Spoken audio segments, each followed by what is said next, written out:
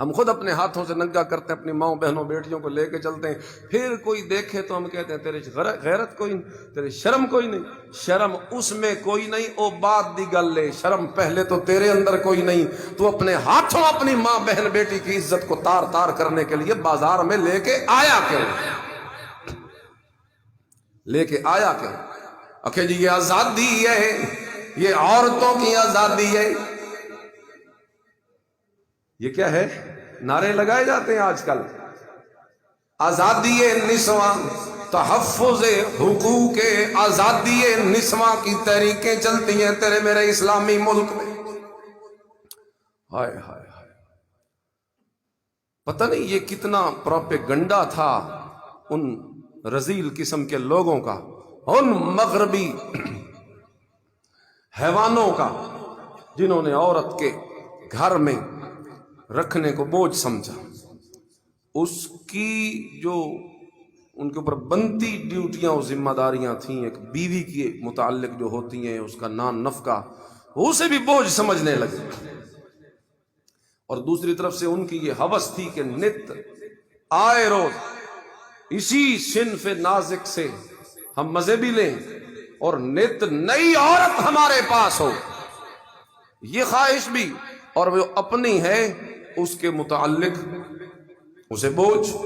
ان دو سوچوں نے مل کر اس چیز پہ انہیں مجبور کیا کہ انہوں نے اپنی خواتین کو حقوق نسواں کی آزادی والی یہ سوچ ان کے دماغوں میں ڈالی۔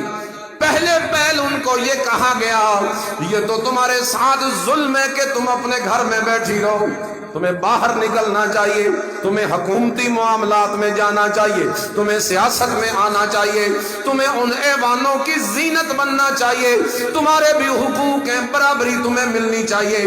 بس حکومت اور سیاست اور منصب اور عہدے کا لالچ دے کے اس کے پردے کو تار تار کیا، اس کی عزت اور عفت والی چادر کو اس کے سر سے اتار کے اسے بازاروں میں لے کے آئے۔ اسے ایوانوں میں کیا پہنچانا تھا؟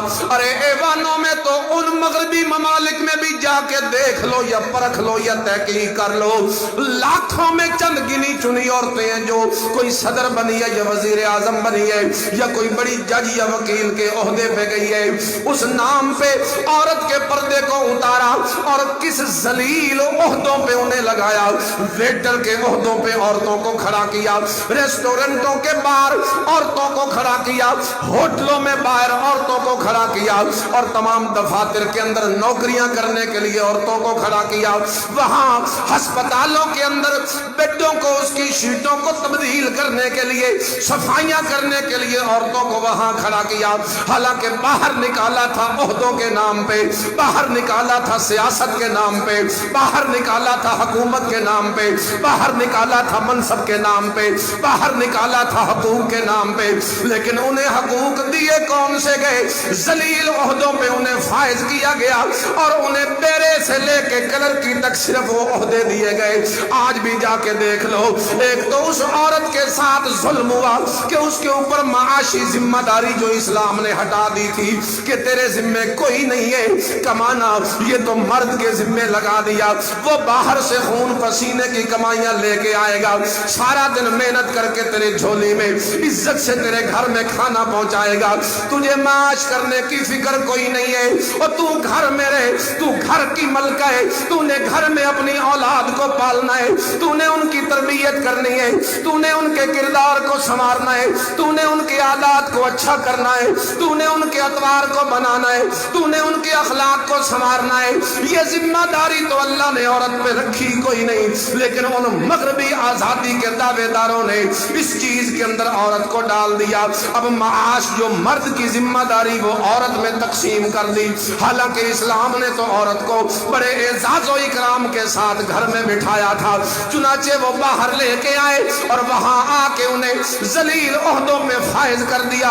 ایک تو ان کے اوپر ظلم ہو گیا، ان کے ساتھ زیادتی ہو گئی کہ صنف نازک سارا دن 8 گھنٹے ڈیوٹی دے، شام کو گھر میں جا کے اپنے بچوں کو خود سنبھالتی ہے، کھانا پھر جا کے خود بناتی ہے، برتن جا کے خود دھوتی ہے، صفائیاں جا کے خود کرتی ہے، ڈبل بوجھ ڈال دیا گیا اس مغربی تہذیب کی طرف سے صنف نازک پہ، اسلام کی طرف سے ایسا کوئی بوجھ نہیں ڈالا گیا، بلکہ اسلام نے تو اتنا زیادہ عورت کو عزت دے رکھی ہے کہ اگر وہ گھر کے معاملات اور گھر کے انتظامات اور کھانے پینے کے انتظامات نہ کرے تو شریعت کی طرف سے کوئی پابندی کوئی نہیں۔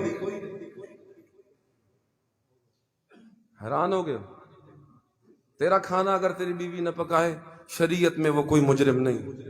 کچن کی ذمہ داری سنبھالنے سے انکار کر دے، شریعت کی طرف سے کوئی مجرم نہیں۔ نان نفقے کا بندوبست کرنا یہ مرد کا حق ہے۔ یہ رکھیا ہے صرف اپنے تک، گھر ون کے نہ دسیا پے وقت ویسے۔ یہ مرد کی ڈیوٹی ہے، نان نفقہ عورت کی نہیں ہے۔ ہاں اخلاقی طور پہ اسے کہا جائے گا کہ تیرا خامد ہے، سارا دن محنت کرتا ہے، باہر سے تھکا ماندہ آتا ہے، تو اس کے لیے کھانا بنا، اسے پانی پیش کر، اس کے پاس بیٹھ، سب کچھ اخلاقی طور پہ آپ کہہ سکتے ہو، لیکن شرعی طور پہ عورت کی ڈیوٹی کوئی نہیں۔ اسلام ہے، اس نے عزت دی ہے، اور تم اس اسلام کو چھوڑ کر ان کی گود میں جانا چاہتی ہو۔ میری مسلمان ماؤں، بہنوں، بیٹیوں، جنہوں نے تم پہ ڈبل ذمہ داری ڈالی کہ یہ بھی تم پہ ضروری کر دیا گھر کا کام کاج، اور کمانا بھی تمہارے ذمے کر دیا، نوکری بھی کر، ڈبل، گھر کا بھی کر اور باہر کا بھی کر۔ اسلام نے تقسیم کر دی، گھر کی ملکہ عورت کو بنا دیا، اور باہر کے کام کاج میں اسے حاکم بنا دیا، وہ فیصلے کرے، وہ معاملات سنبھالے، وہ لے دے، خرید فروخت، سب کچھ وہ کرے، عورت کا اس معاملے میں کوئی تعلق نہیں۔ کتنی پیاری تقسیم تھی، لیکن اس تقسیم کو بھلا دیا اللہ، اور اس کے نتیجے کے اندر جو بہت بڑے طوفان آئے مصیبتوں کے معاشرے پر، وہ بھی سنتے جائی۔ عورت گھر کی چار دیواری سے باہر نکلی، ایک تو اس پہ بوجھ آ گیا، اور نمبر 2 حیا رخصت ہو گیا، بے رہ روی عام ہو گئی، زناکاری عام ہو گئی، کیونکہ عورت میں اللہ نے ایک کشش رکھی ہے، مرد اس کی طرف مائل ہوتا ہے، یہ اللہ نے فطرت میں رکھ دیا ہے۔ وہ چار دیواریں میں پردے میں اندر رہے تو اس کی نگاہیں، اس کا جسم صرف ایک کی نگاہوں کے لیے خاص رہتا ہے، اس کی عزت برقرار رہتی ہے، اس کا وقار اور اس کی تعظیم برقرار ہے۔ باہر نکلے تو ہر کسی کی نگاہیں اس پہ پڑتی رہتی ہیں، بے رہ روی بھی عام ہو گئی۔ اسی آزادی نسواں کا یہ وبال پڑا کہ بے رہ روی عام ہو گئی، اسی حقوق تحفظ نسواں اور اس آزادی کا یہ دوسرا وبال پڑا، زناکاری عام ہو گئی، بے پردگی عام ہو گئی۔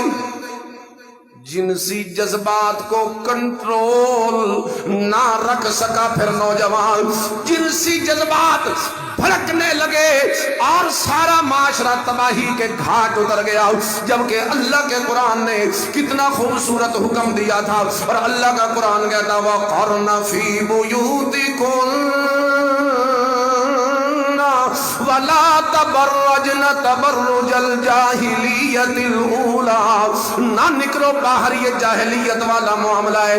اب اسلام نے تمہیں گھر کی چار دیواری کے اندر بٹھا دیا ہے، ایک قلعے کے اندر تمہیں مضبوط اور محفوظ کر دیا ہے، اور تمہارے سر کے اوپر عزت اور عفت کی چادر رکھ دی ہے، اب باہر نہ نکلو۔